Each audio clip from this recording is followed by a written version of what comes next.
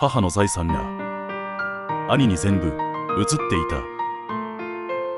あの日ポストに届いたのは見慣れない白い封筒だった。封筒には小さく家庭裁判所の印字。指先がかすかに震えた。青年後見開始決定通知。母の名前の横に後見人として記されていたのは兄の名前だった。印刷された太い文字が私の視界にじわじわと広がる。母はまだ元気だったはず。どうして兄が後見人。そしてその日を境に母の財産は徐々に減っていった。父が亡くなったのは2年前の冬だった。雪の降る夜、病院からの一本の電話が私たち家族を引き裂いた。葬儀の場で兄は少しも涙を見せなかった。もう親の面倒は見ない、そういう顔だった。母はあの時から少しずつ変わっていった。部屋に閉じこもる時間が増え、電話をしても大丈夫とだけ答える。それでも私は週に一度母の家を訪れていた。兄はあの葬儀の日以来一度も母の家を訪れていない。母は一度だけ私にこうつぶやいた。お兄ちゃんはもう頼れないのかしらね。春のある日、兄から突然の電話がかかってきた。母さんはもうダメだ、認知症が進んでる。青年後見の申し立てを出す。受話器の向こうの声はどこか勝ち誇ったようだった。私は言葉を詰まらせた。母さんはまだ自分で生活できてる。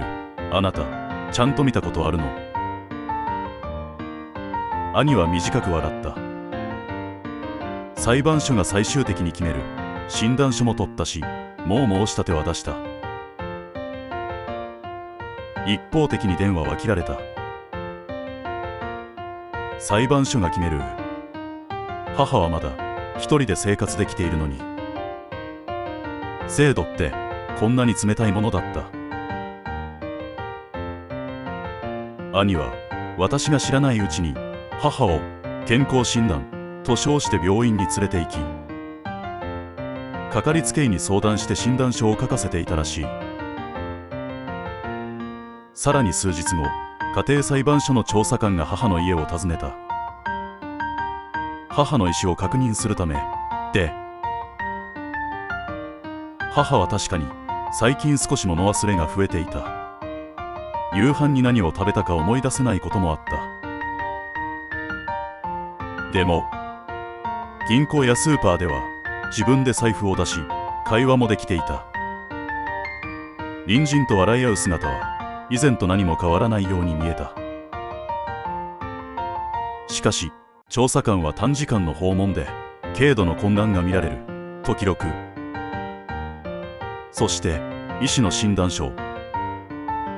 これだけで母は判断能力が不十分とされるのがこの国の現実だった。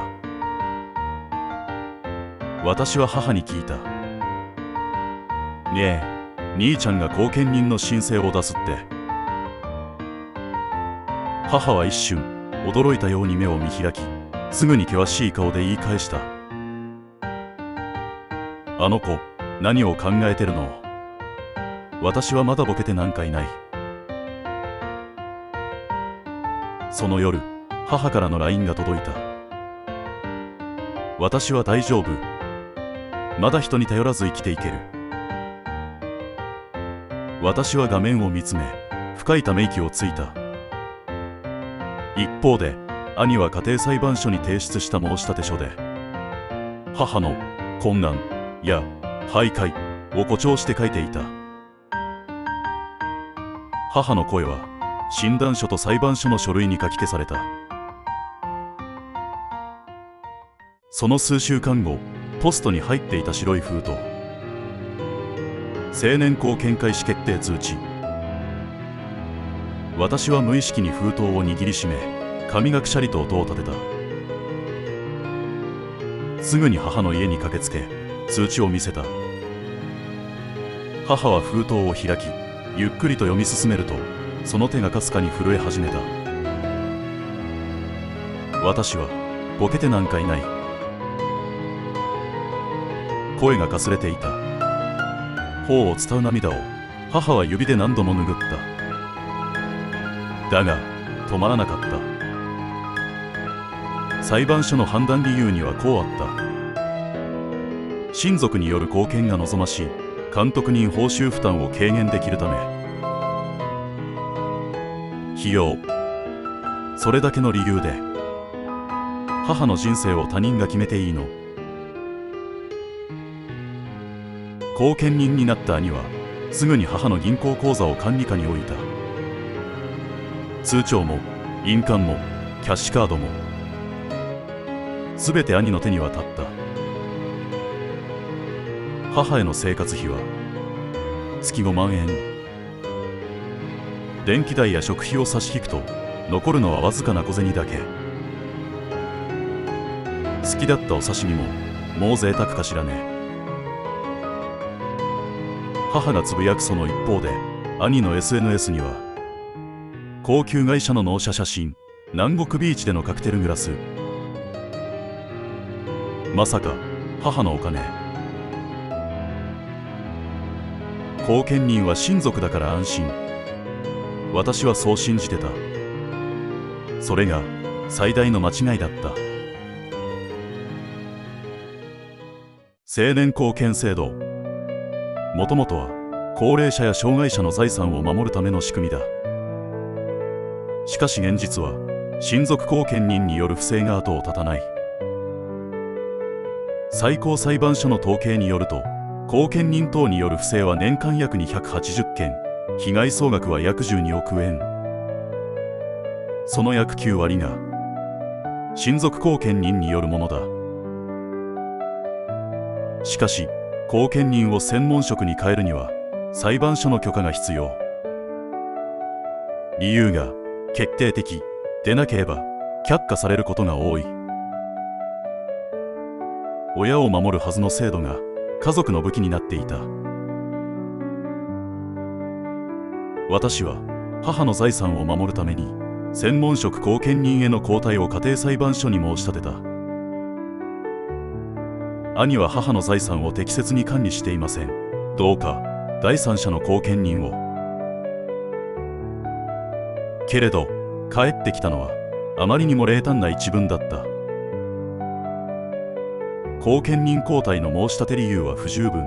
現時点で監督人選任の必要性も認められません。理由は3つ。1、兄が親族であること。2、後見人を変更すれば費用が増大すること。3、明確な横領の証拠がないこと。私は愕然とした。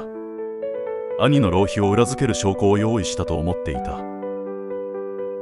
だがそれは裁判所にとって決定的とは呼べなかった。私の声はどこにも届かなかった。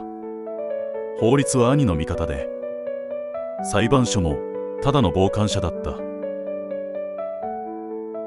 親の老後は守られるべきものじゃなかった。家族が奪い取っても制度は黙認した。母は老人施設で静かに息を引き取った。最後まで兄は顔を見せなかった。施設のスタッフによると、母は亡くなる前夜ずっと誰かの名前を呼んでいたらしい。それが私の名前だったのか、それとも兄の名前だったのか、もう知ることはできない。葬儀の日、兄は現れなかった。それでも相続の手続きだけは誰よりも早かった。母が一生かけて築いた家、預金、株式、すべて兄のものになった。母は2度殺された。兄にそしてこの国の制度に私は今もあの日の封筒を捨てられずにいる。青年校見解士決定通知。黄色く変色した紙が私の胸を締め付ける。親の老後は守られるべきものじゃなかった。奪われることも法律の正義だった。あなたならどうしますか？親の老後が家族によって奪われようとしているとき、あなたは守れますか？それとも奪う側ですか？